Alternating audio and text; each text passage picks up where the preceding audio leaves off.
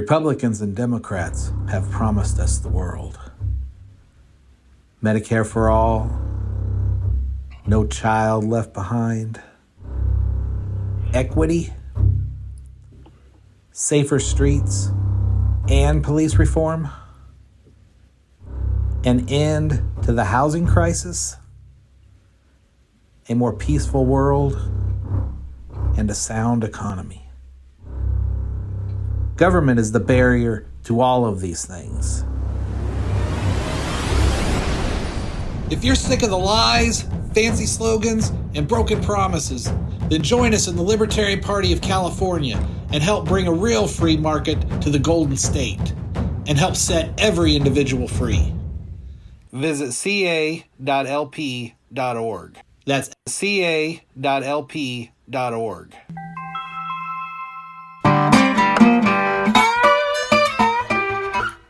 All right, everybody. Hello. Thanks for tuning in to this special episode of Libertarian Los Angeles on the Liberty Blues Network. I'm Sean Osborne. Today, we're going to be talking about the California program. So we have back on the program my fellow members from the program committee, Mary Beth and Mark Joffrey, and Joffe. Sorry about that, man. And Lauren Dean, the chair of California, is joining us as well to talk about his vision for the program that they're going to be adopting, I believe, in the next meeting. So how's it going, everybody? Great. Happy New Year. Yeah. So Lauren, you want to talk to the people and let them know what your plan is for the program? I think we may have just lost Lauren. Oh, hell. Yes. Well, there that is. Live as it is. All right, Sean, so I guess we can go through the program, and then when Lauren comes back, you can do the vision piece. Yeah, so what we did is we updated a few of the the planks that we had in there from before, swapped out a couple of things, and kind of spruced them up to more modern times. I think the last program we left it last year the same, and so it's like a couple years old, so we updated it a bit. So you want to go through one of the things Lauren wanted to do is we tried to connect it and show like footnotes, I guess you would say, to where it links to the national platform as well. So as we go through it, that was one of the things that we did. So what were they? Let's go through it at first. Sure. So yeah, we did definitely update these for the first year of the Trump era, or the second Trump era. And so some topics are new. Some of them are a little bit enhanced from last time. We are, limited to 5 planks according to the bylaws. And that's something I think that we'll be reviewing maybe at the next convention, maybe expanding those or having more stuff stuffed into these individual planks. But the 5 that we have this time around are, once again, defend the guard. We start with defend the guard. We have then a plank that's expanded. We originally talked about just California high-speed rail, but we also address other rail projects in the expanded version of this one. We've added a new one on immigration. That's obviously a very hot topic in California. We talked about the housing crisis last time, but now we've expanded that to just include a general discussion of the high cost of living in California, focusing on housing, but also noting other high living costs. And then once again, we have a medical freedom plank, but this is somewhat updated given the fact that the last time we worked on this, we're still right in the middle of COVID. So this is more generalized. Yeah. So what you want to start, since you're reading it out, let's start off with the train stuff, since that was the one you brought to the table and know the most about. Yeah, and I want to put this one into the context of the broader conversation I think we're going to have with Lauren about the role of a program versus a platform. So back in the old, was it 2020, 2021 days when we still had a platform, a state-specific platform, I was actually the person who proposed adding a high-speed rail plank to that platform. And it always was very complicated because the platform was so long, and normally the discussion got squeezed into the end of the weekend, and so it was really hard to have a quality discussion about specific issues like California high-speed rail, which I think is a very important issue specific to California that doesn't really make sense in a national platform, but it's something where we can supplement the national platform with a state-specific issue. So, for people who've been awake over the last 17 years, that we passed a ballot measure back in 2008, narrowly. It was 53-47 to start this boondoggle of a project that was supposed to link all the major cities in California, starting with the Bay Area to Los Angeles and Anaheim. And that piece was supposed to cost $33 billion. The last time the cost was updated about a year and a half ago, it was $128 billion.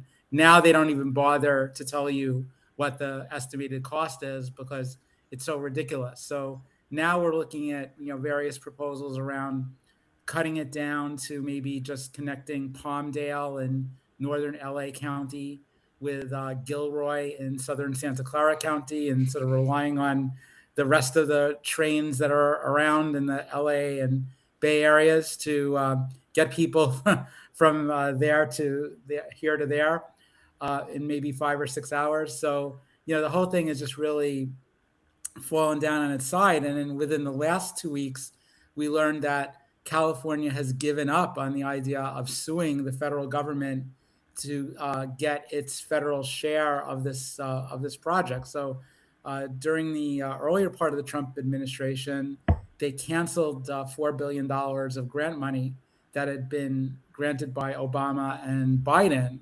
And California said, no, we're going to sue. You have no right to do that. And then right before Christmas, they go, well, we're going to drop the suit. And, we don't need the money. The Trump administration is an unreliable partner, what have you. But there's no more lawsuits. So we're now totally dependent on state money for this. And state money means money from you, me, and everyone else on this call and everyone else who's listening. And so most of the money is going to come from what's called the Cap and Invest program, which is basically a way of jacking up our energy costs. And then there's still tens of billions of dollars short, especially now that they've lost the $4 billion of federal funds. They were only allocating $20 billion of these Cap and Invest funds. And, they need $70, $80, $90 billion even to do the cut down version that they're currently talking about. So we really need to see this project ended. And we need it ended in a way that is not insulting to people who live in the Central Valley. They shouldn't be looking at a hole in the ground or totally unused bridges that have been built. So we have to come up with something that will be useful, maybe a bike trail, for example, but some way of just winding this project down as quickly and as cost effectively as possible and not leaving an eyesore for our neighbors in the Central Valley. So then we expanded this plank to talk about other rail projects. So, for example, in San Jose, there's an extension to BART, the local transit system up in the Bay Area. 6 miles of track, $12.75 billion of cost. Ridership way overestimated as it usually is. These are the kinds of things that we want to get rid of. There's another discussion around having a second transit tunnel between Oakland and San Francisco, and that would cost upwards of $50 billion. We don't need that. There's talk about having a new high-speed rail in LA County going into San Bernardino County to connect the high-speed rail project, which we're not probably going to get, with Brightline, which is the proposed line between LA County and Las Vegas, which is also in trouble. So we're going to have a connector between these two semi-existent and possibly non-existent projects. And, a half-cent Measure M LA local sales tax money is going to planning and executing that project. So those are the kinds of things that, in addition to the state high-speed rail project, we really need to take a look at and get rid of to the extent possible. Yeah, man, that's a nice coverage of that. Do you want to talk about how we connected it to the national platform and how that would relate to it? I think there's generally criticism of infrastructure projects, And so, that's really where we're getting to that. Just gonna pull it up and take a quick look because I don't have that at the top of my. Yeah, so we talk about and we have Platform Plank 2.2, which is environment, and then Platform Plank 2.8, which is marketplace freedom. So, I should have said that we're not against infrastructure, and we have no principled objection to the concept of high-speed rail, but it's something that we believe should not be taxpayer funded. So if a company can figure out how to cost effectively build a high-speed rail system and get the customers and be able to break even or make money on it, more power to them. And that's something that we would want to encourage. So it's not like we're against public transportation, but we're just against the idea that taxpayers should have to pay for it. Yeah, that's good. I think that's an efficient way for us to use that platform to have that, where we can, put that message out there and have it relate to there. It's not clouded with other stuff. It just gets to the point. And any libertarian can look at that and put their own what do you call it? Their own view on it. Yeah, that's great. And I can handle the immigration. You did a great job with all those numbers. Appreciate it. I can handle the immigration piece if you want. That's another one that I was pretty deep into when we were doing this together. Were you saying something before that though, Mary Beth? Oh, I was just thinking as it pertains to comparison to Amtrak, as far as government involvement and subsidization of projects. I don't think Amtrak has ever shown itself to be a successful venture. No. Well, Amtrak basically exists because private rail systems in the United States in the 1960s were failing, and the government decided that it didn't want intercity passenger rail service to go away, so it nationalized them. And so, right from the get-go, it was really an unprofitable exercise. This back in the days when Ayn Rand was writing like Atlas Shrugged, right? Mm-hmm. It might have made sense. Like trains are very romantic and so seen as a high-end form of transportation. But once cars and planes became a lot more popular, they were either faster or more individualized, and that's what people wanted. So trains, intercity, trains really became obsolete, and the government's just been doing whatever it can to just keep this thing afloat, even though it's not what the market wants. Mm-hmm. Yeah, that's great. Yeah, that's definitely and so California specific. It's great. So right to the point. So let's check out this immigration one now. Yeah, so this is an interesting one for us. I mean, California has a very strong tradition of sanctuary cities and counties, the sanctuary state even, and we've seen from parts of the libertarian movement a lot of criticism of immigration. The argument being somehow that if we could make an analogy between the country and private property. Well, we know that private property owners wouldn't want, millions of people trampling on their land and so forth. But that analogy doesn't really work because the U.S. has millions of private properties on them, and different private property owners are going to have different attitudes towards whether they would welcome people to go across or live on their property. I mean, in many cases, people have an incentive to want to have people live on their property because they can rent their space to them and receive rental income. So the idea that we can treat the United States as if it's one private property, it's not really very consistent, and it's not consistent with the non-aggression axiom. The non-aggression axiom does suggest the free movement of people across borders. However, we live in a welfare state, and we live in a state, especially with very high health insurance costs, for many individuals who are not able to pay for their health insurance. And so California has become a magnet for people to come and get on the Medi-Cal system, which is California's version of Medicaid. And they basically get, totally free healthcare. They don't have to pay any premiums. They pay little or no copays.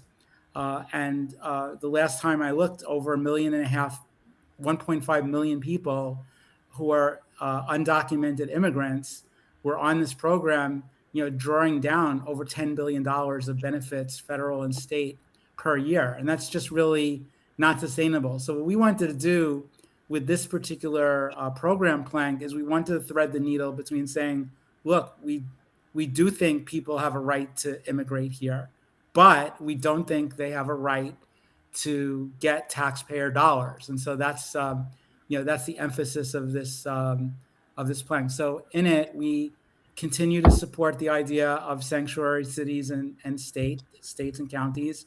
But if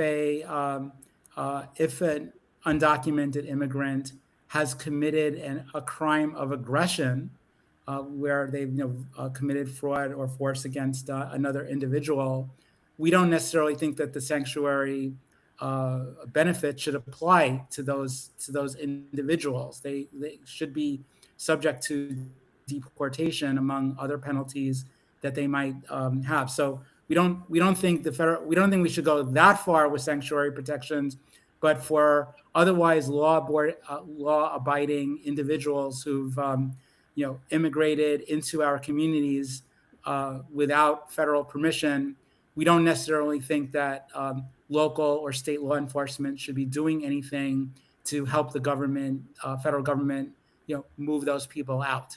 So that's really where we came down on immigration.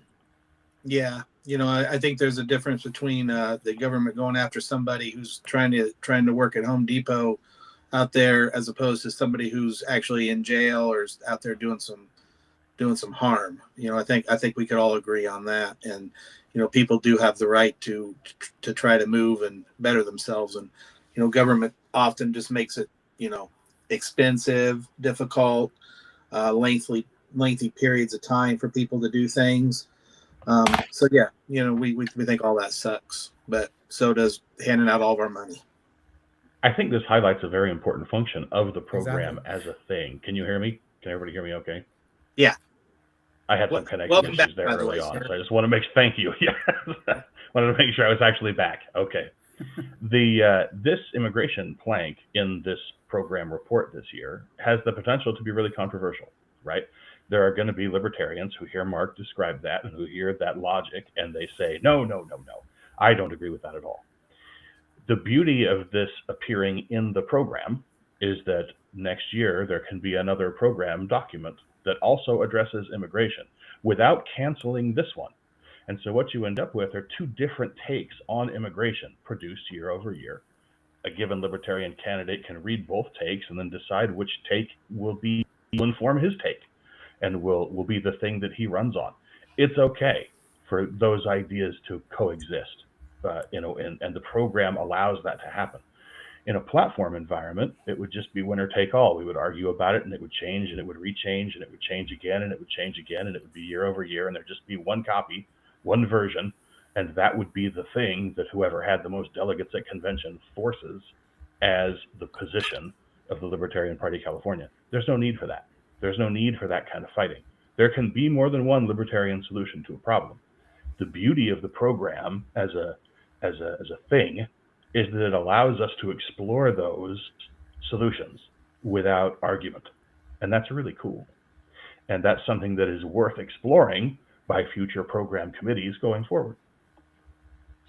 Yeah, that's one of the things I love so much about it. If we keep it simple, I don't remember if I was talking about it before on here, but I recently wrote an article, should be coming out in the Beacon, about that very thing. That libertarians are, we're a wide spectrum of people, whether they're Austrian economics or Chicago school or minarchist, or if you're an objectivist, anarchist, all these different people, can fit under this idea of liberty and self-ownership and all that stuff.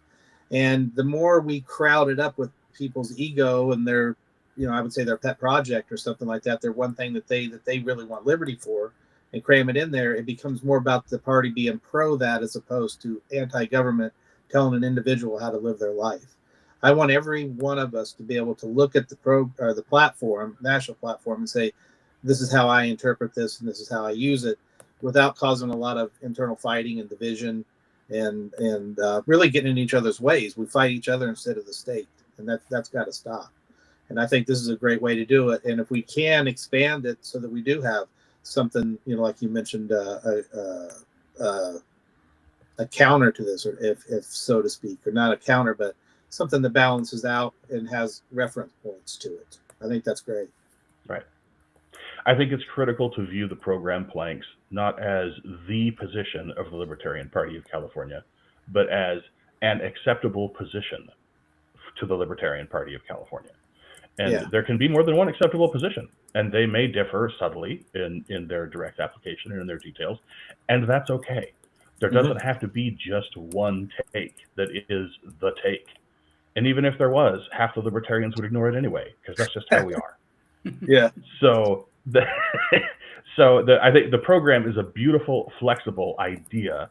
It has been really sadly neglected for a number of years, and it's time to fix that. It's time to change that. Yeah. I'm happy to be working on it with all of you to do that. So that's cool. Did you want to talk a little bit more about it, like how before we go on to the other ones, take a break from that and go on and talk about what you were originally going to talk about, how we're connecting it to the national platform and what that looks like in general? I mean, we brushed it. One of the I have had this conversation with people, and the conversation generally starts by the arguer will say, I just don't understand why we don't have a platform. And I will say, we do have a platform. It's the national platform. And then the arguer will come back and say, no, I mean a state platform. And then I will say, we do have a state platform. It's the national platform. And then we finally get to the meat of it, and they say, but we don't have a platform about fill in the blank, whatever their pet topic is, whatever it is. Immigration, for example. We don't have a plank on immigration. Well, one, do we need a plank on immigration that differs from the national plank on immigration? The national platform has language in it about immigration and the free movement of people and job markets and that sort of thing. However, it is worth creating some kind of California-specific policy document paper addressing immigration, which is exactly what the program does. And so the people who say, I just don't understand why we don't have a platform, the program gives those people what it is they want, the ability to create single issue documentation about whatever your thing is, immigration or housing, the high-speed rail. We did housing this year too, but high-speed rail we just talked about. High-speed rail is pretty specific to California. There are not a lot of other states that are tackling ridiculous high-speed rail boondoggles. Should we create a policy document about that to be in the program? Yeah, sure, okay. But that doesn't need to be something that we take up time in the main convention with, like arguing about it. It's possible they gave up on rail. I can see the chat. Can anyone else see the chat? Yes. Yeah. They have not given up on it. Am I the only one who can magically see the chat? It's possible that California gave up on high-speed rail, but have they ever really? And is it worthwhile for us to just produce a policy document to say, if this ever comes back, we're against it? I think that's reasonable. I think it's a reasonable place for the program to be. So I'm excited to see the program used by the people who claim to want a platform, because the program can give the platform boosters exactly what they want in a way that evades a lot of argument and allows for different opinions to all be valid, and that's okay. Does that make sense? Does it answer your question, Sean? I love it. That's exactly what I want. It's to me, it just means keeping it simple so that every libertarian can use it. Because I think the way that it was with so many different things in it. I mean, there was contradictions in it. There was a lot of repetition. So any of the repetition and different things. My phone keeps screaming at me now. Different things in it that would just cause people to maybe have like a different point of view, and people feel, get into the party and they feel like somebody else is saying something different. They feel misrepresented by it. This way, if it's nice and simple, anybody can look at it and say, this is what I believe this to mean. And then they can go out into the community that they're in and see how that works for them. See if that message of liberty that they want resonates with the people around them. And each of us has to do it, because liberty's going to look different to each of us. So Right. that's it. We got to be able to let everybody use this, and not let individual egos and pet projects and or whatever self-interest. Me as a blind person, I don't need handicap policies in there or things about it. I'm an individual, protect my liberties, and I'm good. So yeah, that's cool. Right on. So what's the next one on the list there, Mark? Well, we had the housing and high cost of living plank. Yeah, I'd originally written that. And Sean, you were the main author of this one. Do you want to talk to it? Yeah. So Before you get into that, Sean, let me interrupt real quick, because this sure. goes back to a previous question that you had talked about. This housing plank, as we discussed it, and we discussed it at length, right? We realized that a lot of what you had written for this plank, Sean, implicated lots of different planks in the national platform. Mm-hmm. That you were going on lots of different places in the national platform to create this document about California housing and the cost of living. And so we went through and keyed that, and people will be able to see that as this report is released, and hopefully we can do that here this next Tuesday, the executive committee meeting. But you'll be able to see almost every point that is in a given program plank is keyed to the national platform. You can go to the national platform and find the statements of principles that have informed the stuff that have been written in the program. And that's a cool thing. I always wanted to point out that we had done that. But anyway, go ahead, Sean. Yeah, so I mean that's just hell, I forgot where I was at. That's the idea, is for this platform to have these different things so we can connect it there. But this is the housing one. So what I did is I went through and I thought about the different things that caused housing issues, such as rent control, talked about zoning laws, things for dual purpose. God, I can't even remember what else I added in there. But went through a lot of the things that I feel any libertarian would understand, and how it goes. Then we went through and talked about how it goes to the national platform. What were a couple of the other things on there, Mark, that I threw in there that I'm drawing a blank on right at the moment? Well, we expanded out beyond the traditional housing issue to just discuss affordability in general. I think anyone who's listening to the political debate these days has heard the word affordability about 1,000 times now. And unfortunately, a lot of people, more on the left, I think, equate affordability with the government subsidizing more goods. So it becomes affordable to those who get the subsidies, but it's not really affordable in the sense that it's lower cost inherently. It's just we're shifting around payments. So we really wanted to focus on things like tariffs, occupational licensing restrictions, these kinds of things that make goods and services more expensive. And I thought adding in the tariffs was particularly important for California. I mean, it's a standard policy. Obviously nationally we would be against tariffs, but it's specifically impactful to California because our ports are the ones that face off against East Asia. And so, having all these tariffs against, China and other countries in East Asia, that's really going to hurt our ability to import goods and provide goods at a low cost to people in California, because obviously we're a high cost state. Like, we can't make things inexpensively. But if we can import things inexpensively, then families can get things like, toys and school supplies and so forth, things that they need for their kids, more inexpensively than they would if they had to rely on domestic or especially in-state manufacturing. Yeah. Just all these things that affect Californians. I was really happy that we did add the tariffs in there too, because it's so relevant. But like we have the evidence of what happened in Argentina when they got rid of rent control. The housing went down and stuff like that. So I think there's real world examples of where these ideas work. And I think this is one of the biggest problems in California. The affordability and how people feel priced out or things like that. So I think this will be something that I think should resonate with people in California. So anything else we should talk about? Do you want to talk about how it? I guess I did two things. two things I sort of put in this, Sean, is I live up in Contra Costa County in the Bay Area, and we're going to be reauthorizing our urban growth limit this year, 2026, and that cuts out like more than half of the land in Contra Costa County from development. And one reason, if you look at Dallas and other major cities in Texas, and try to understand why is it that millions of people are moving there, and yet housing prices are way below ours.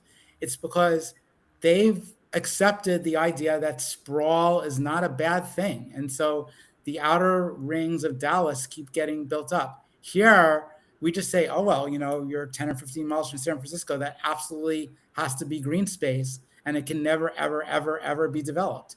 And we're paying for that. And so, the YIMBYs in Sacramento, they only get half the story. They're saying like, okay, let's build an unlimited number of infill apartments close to transit.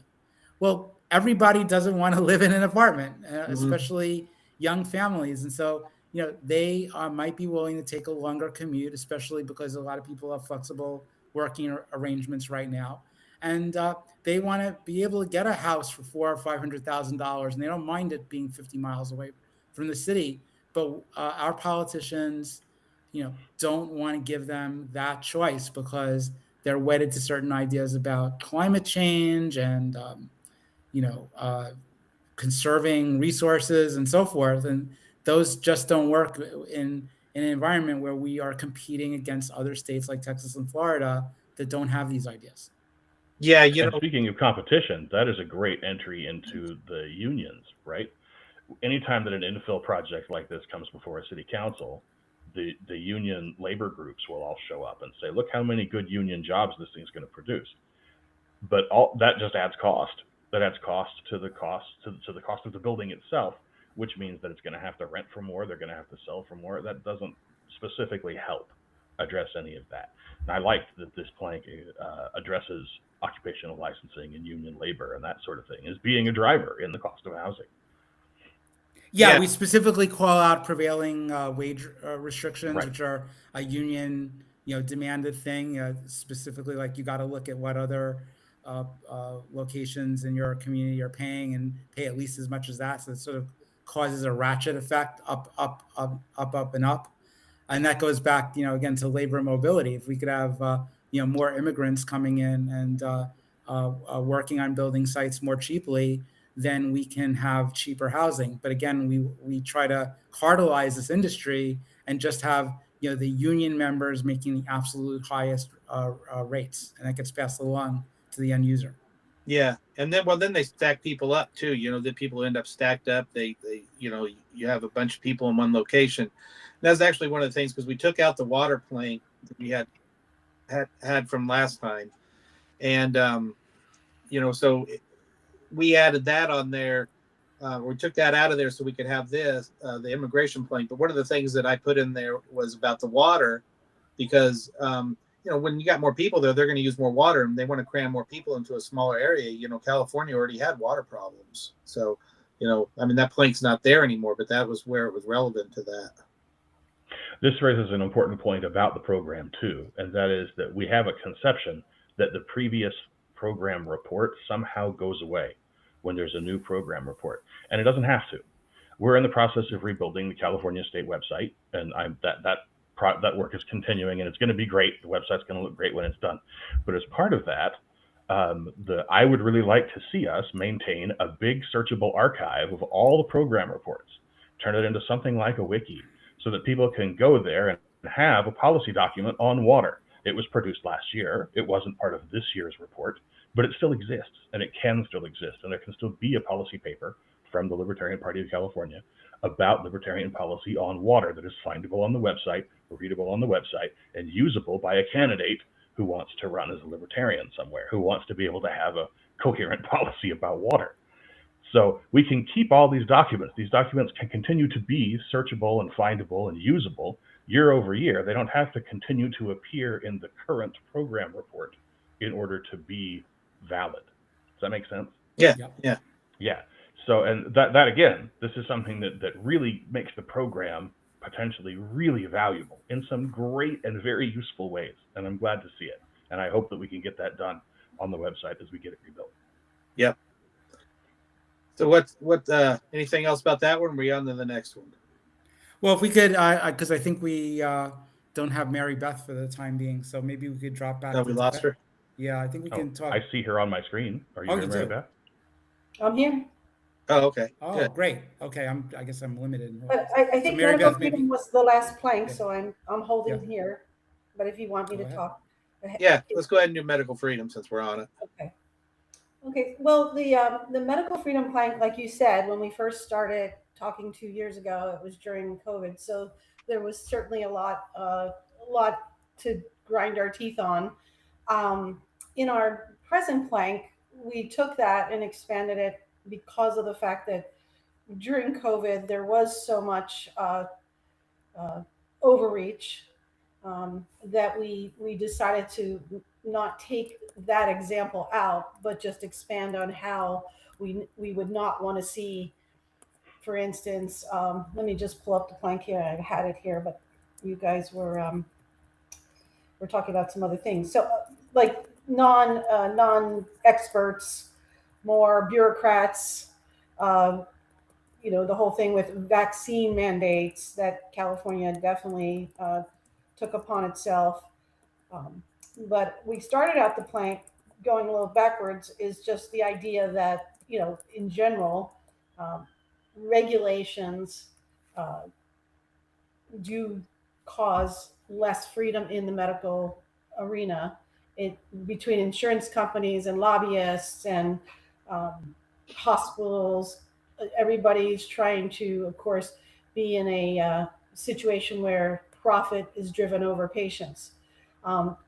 Also, the fact that the government's gotten involved, including the California Medical Board, we felt that, there were places where we could speak up, such as families standing up against vaccine mandates for their school-age children, patients that were maybe having some life-threatening illness and not receiving a ability to get the effort to try, the last right to try intervention, not even to be able to access it. And then the fact that, when you were talking about immigration, it made me realize, in fact, about how the whole thing with immigration and the undocumented cost to Medi-Cal. I don't know if many people know this, but as a practicing physician in the Central Valley, I have seen, because I don't take Medi-Cal, I've actually been pushed out of competition because the federal government, in its wisdom, thought that it would provide matching dollars to Medi-Cal and Medicaid in rural areas. And when that was instituted, it was for areas that had no access to hospitals within set amount of miles. Now we have a United Healthcare building every mile in Fresno City. And they're the best buildings, and they're hiring doctors for over $300,000 to start, and they're paying back their student loans because of the fact that we are not able to compete with a matching fund. So in fact, the patient may not get treated any better on Medi-Cal, but those people that are involved, again, in the care and the profit are getting lots of dollars. And this happens as well in insurance industry and pharmaceutical, all these lobbies for pharmaceutical industry and how they work with these in-between people called PBMs, these, pharmacy benefits managers. They're all profiting and people are not getting better care. So I think that when we're talking about in the plank is just, trying to pull out the fact that, when government, again, tries to do something good, it causes more cost and less quality in their outcome. So that's kind of, I think, in a nutshell. In fact, I was looking at some of the more recent bills that were trying to be passed as I have perused. I used to be on the legislative committee, but I'm looking at some of the things that they are trying to pass this year.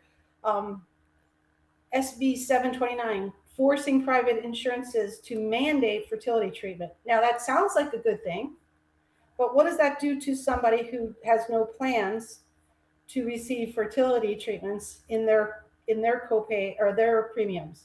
Of course, it's going to force everybody's premiums up instead of making a carve out for people who want to buy that and so forth. So again, there's always these legislative maneuvers in California that are forcing us to do things that are only going to result in ways that the big guys will find ways around and give less care to the little guy and make more profit. And I'm one of the little guys. It always seems like that's what regulations do, right? They're loopholes for the cronies. Exactly. Healthcare is a great example of the horrible government truism that everything good has to be mandatory and everything bad has to be banned. But then who defines what's good and bad? Mm-hmm. And that's all bureaucrats. And it's created a disaster in healthcare. Yeah. So I hope I summarized that without too much.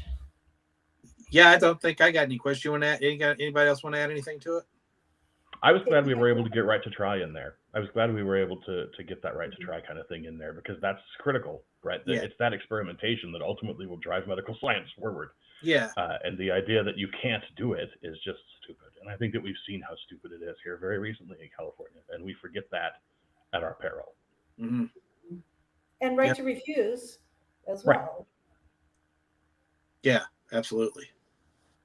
I mean, how much do healthcare dollars go into, things that people don't do well for themselves and end up, with causes that we're treating for. So right to refuse treatment, is always a discussion. Yep. Anything else there? We need, obviously that gets right to the national platform as well. So that's there's definitely a national platform built in. I don't know if I should mention it, but basically, I think we've covered it. Well, guys, we do have a quick question that you could clear up for us. Coming from Kara Smith, is the program report voted on at convention? It is not. The program report is approved by the executive committee. That should happen this next week. We'll get it compiled and get it on the agenda for approval for everybody for next week. I can understand that there are some people who will be concerned that this is not something that can be debated at convention, but I want to just reiterate that what the program report does, what a program plank does, is it shows an acceptable position within the Libertarian Party of California, not the only acceptable position within the Libertarian Party of California.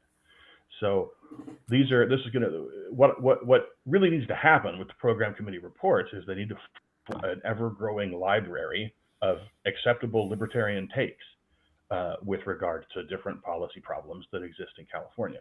And it's okay if there's more than one take, and it's okay if some of those takes disagree with other takes, because there are issues in the world and in life and here in California where there's more than one valid libertarian answer.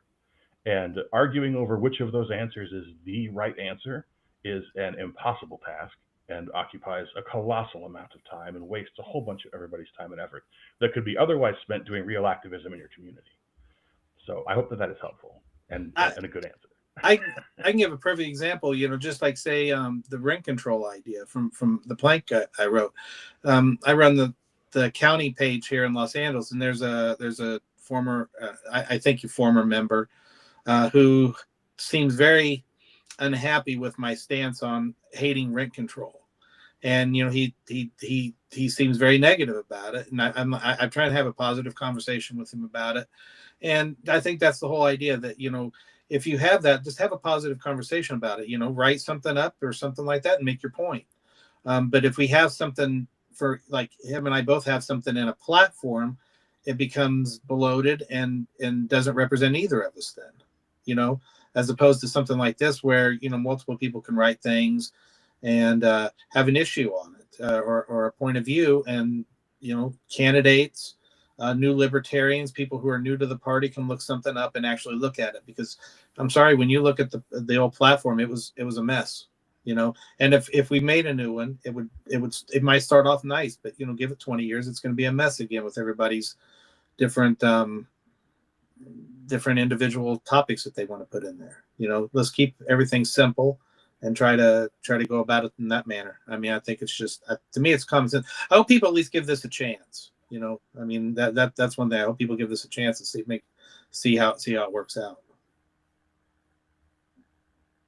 So, can I ask you a question about that? I mean, yeah. So it seems to me you have to have some level of gatekeeping. So if somebody wanted to contribute a program plank which was pro rent control, I would see that as outside of the bounds of what's considered to be consistent with libertarianism, and I would hope that the executive committee would vote that down, right? So it's not like this is a free-for-all where anyone who's affiliated with the Libertarian Party can just put up a program plank and expect that it'll appear on the website. The executive committee still has the responsibility to determine whether it fits within the realm of acceptable libertarian discourse, right, Lauren? Sure. Yeah, that's an important point. That's an important point to make. Thank you, Mark. That anybody, a theoretical, if incomprehensible libertarian position on rent control would have to make its way past whatever the next program committee is, the people who are on it, like us. We would talk about it, and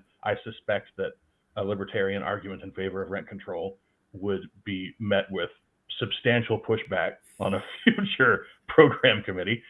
But then, assuming that it didn't and it made it into the report, then the executive committee will review that. And I can't imagine an executive committee in the Libertarian Party of California that would be cool with a rent control plan. Right, exactly. And it is totally the prerogative of the executive committee to expunge a plank, to just not accept the report and therefore not make it live. And so there are a couple of different checks along the way there. Yes. Mm. Let's not forget Defend the Guard, by the way. Yes. Oh, absolutely. Yeah. I can just make a comment about that. I mean, that's a plank that we had from 2023. I think we got it from another state, maybe New Hampshire. And so this time around, we added, I think, something that was very important in California specific, which is around the idea that local and state officials should have the right to resist the federal government telling them what to do with the National Guard, including using it in Los Angeles. So that's not something that, was in the original plank. The original plank was more around preventing the federal government from sending National Guards men and women overseas for regime change wars that we're not comfortable with. But this is another thing where the federal government is just using excessive discretion on what the National Guard should be doing, which is mostly around emergency response.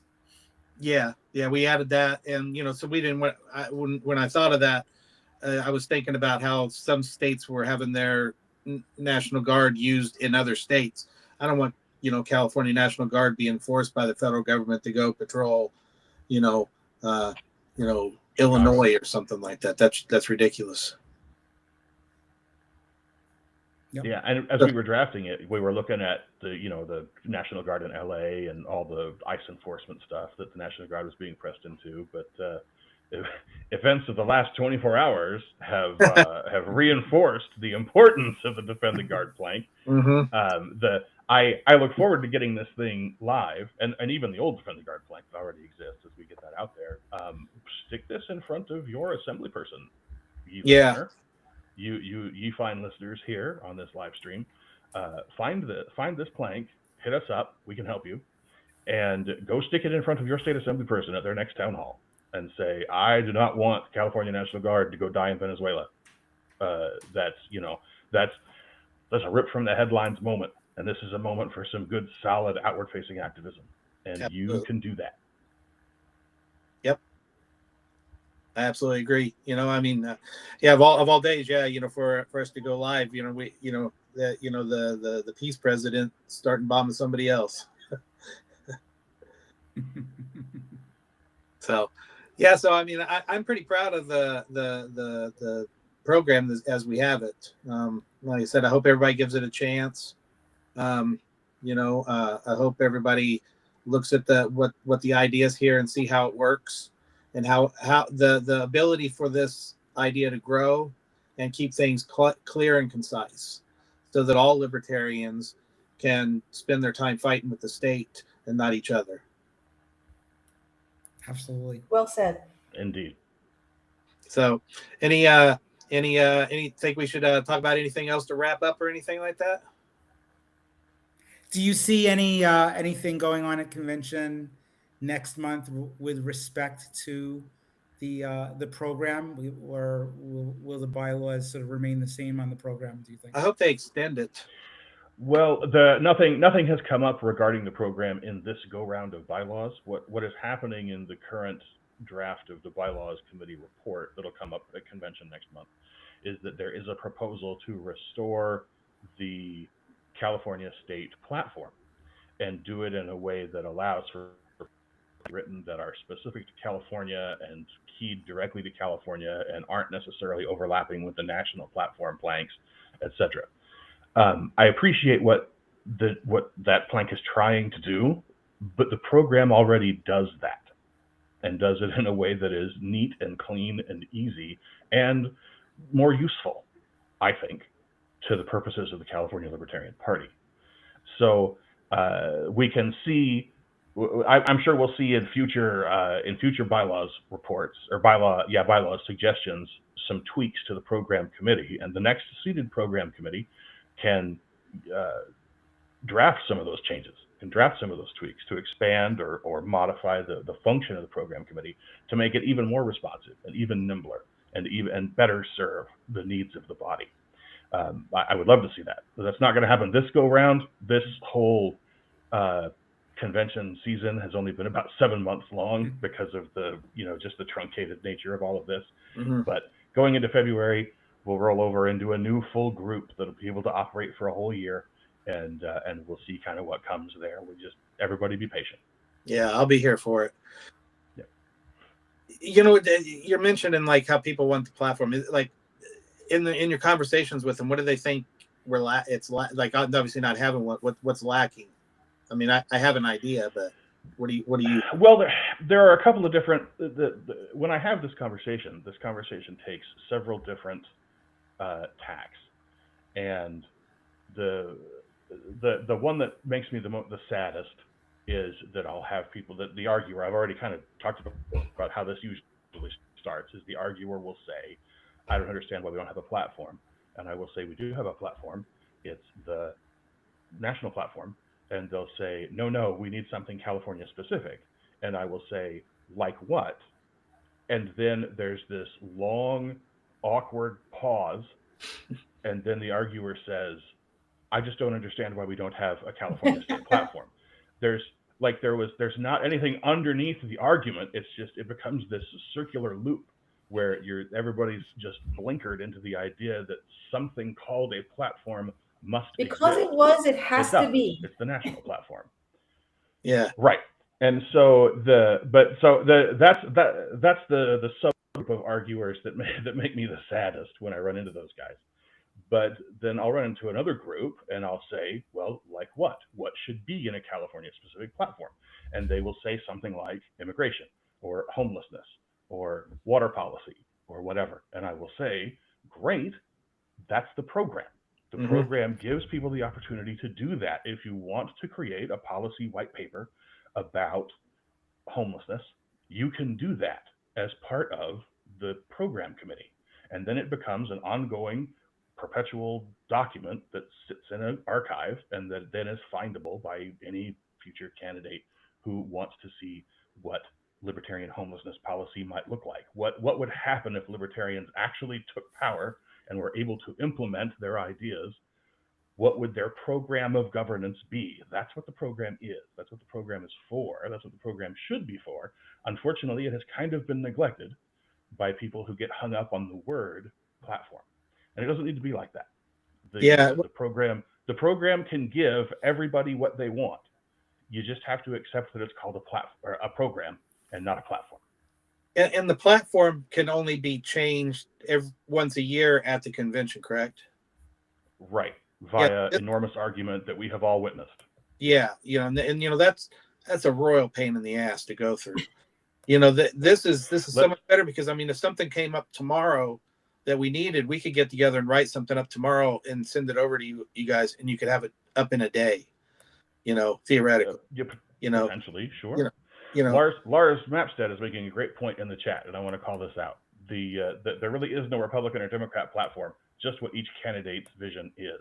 He's absolutely right.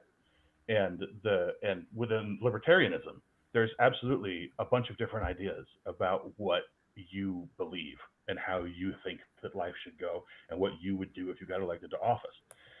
It's detrimental and a waste of time and resources to argue over the one true libertarian position on whatever it is, fill in the blank. Mm-hmm. If we can touch a really horrendous third rail, let's sort of talk obliquely about abortion, right? Mm-hmm. This was a big deal nationally, right? The removal of the abortion plank nationally. What do you do with that? Can you have a specific policy on abortion based on libertarian thought? Well, there are two very different opinions that you can arrive at that are both valid in libertarian thought using libertarian principles, and those positions don't agree. You can argue both sides of the abortion question and be arguing from a valid libertarian position. Mm-hmm.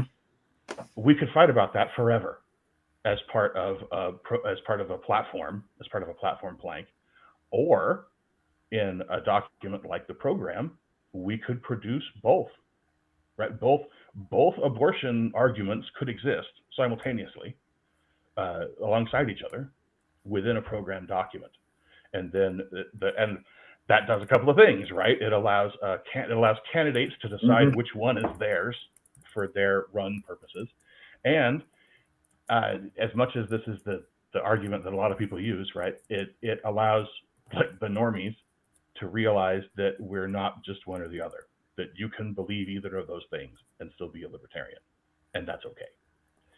So I think that the program serves a very, very valuable function, and I'm excited to see how it might expand and get better going forward. Yeah, I love it.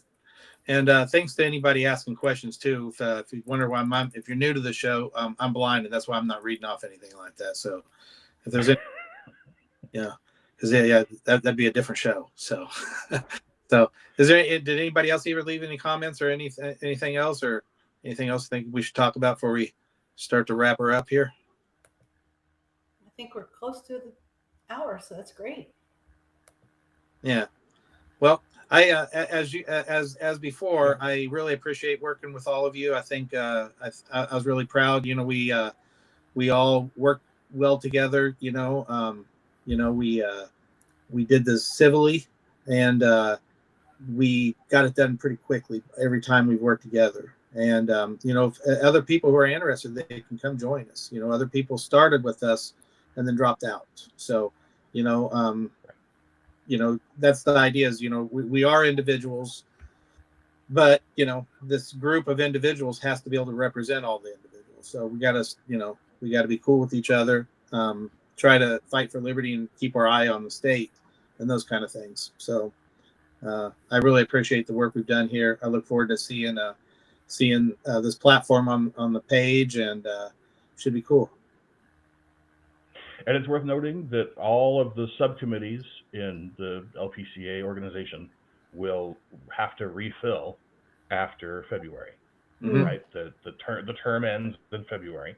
So if you want a piece of this program committee action, keep it in mind, and come February, start talking to people and see if you can get yourself involved. If there's something that you want to see that's California specific that goes into that program document. Yeah, I like talking to people. I like working with people. So if you want to join us, the more of us working on it, the better. We can get more ideas and get more out of each one of these things. We can adapt old things like we did with with whichever one it was. We adapted the housing one and made it more into affordability. so we can cover a wider range of topics with a small amount of work, and that's the way forward, I think. As long as the end result is being productive. Yep, absolutely. So, all right, well, I thank you all for showing up here on Libertarian Los Angeles. Thanks to Wes Martin for putting this all together for us, my first live show here. So that's really cool. Thank you, Wes. Yep, thank you, and thank you all for the work. And I'll probably be seeing you in February if at all possible. If not, see you on the next program committee. So everybody, thanks for listening to the Liberty Blues Network in Libertarian Los Angeles. Please follow me, but follow the podcast wherever you listen to podcasts. You leave a review, like, subscribe, comment, all that good stuff. Share it with your friends. You can check out my latest album. It's called Free People, wherever you listen to music. You can follow me on X at Mad Sean Osborne. That's the same on YouTube. We have a Facebook page, the Liberty Blues Network, and my music page on Facebook is This Might Make You Mad. So check those out. Like I said, share them with your friends. I'd also encourage people to look at, there's a playlist on Spotify called Indie-tarian, and they have a lot of libertarian musicians on there. And it's not all political music, so if you like political music, some of it is, but some of it's just libertarians who happen to be musicians. Pick out a couple of them and add them to your playlist. Play the playlist and help us out with our algorithms. It'd be much appreciated. So say your album one more time again, Sean. Indie-tarian, like indie music and libertarian. Okay, and what was your album's name? Free People. Free People. Okay. Yeah. That's think of Woody Guthrie minus the communism, talking mad shit about. Okay. All right. Republicans and Democrats have promised us the world. Medicare for all, no child left behind, equity, safer streets, and police reform, an end to the housing crisis, a more peaceful world, and a sound economy.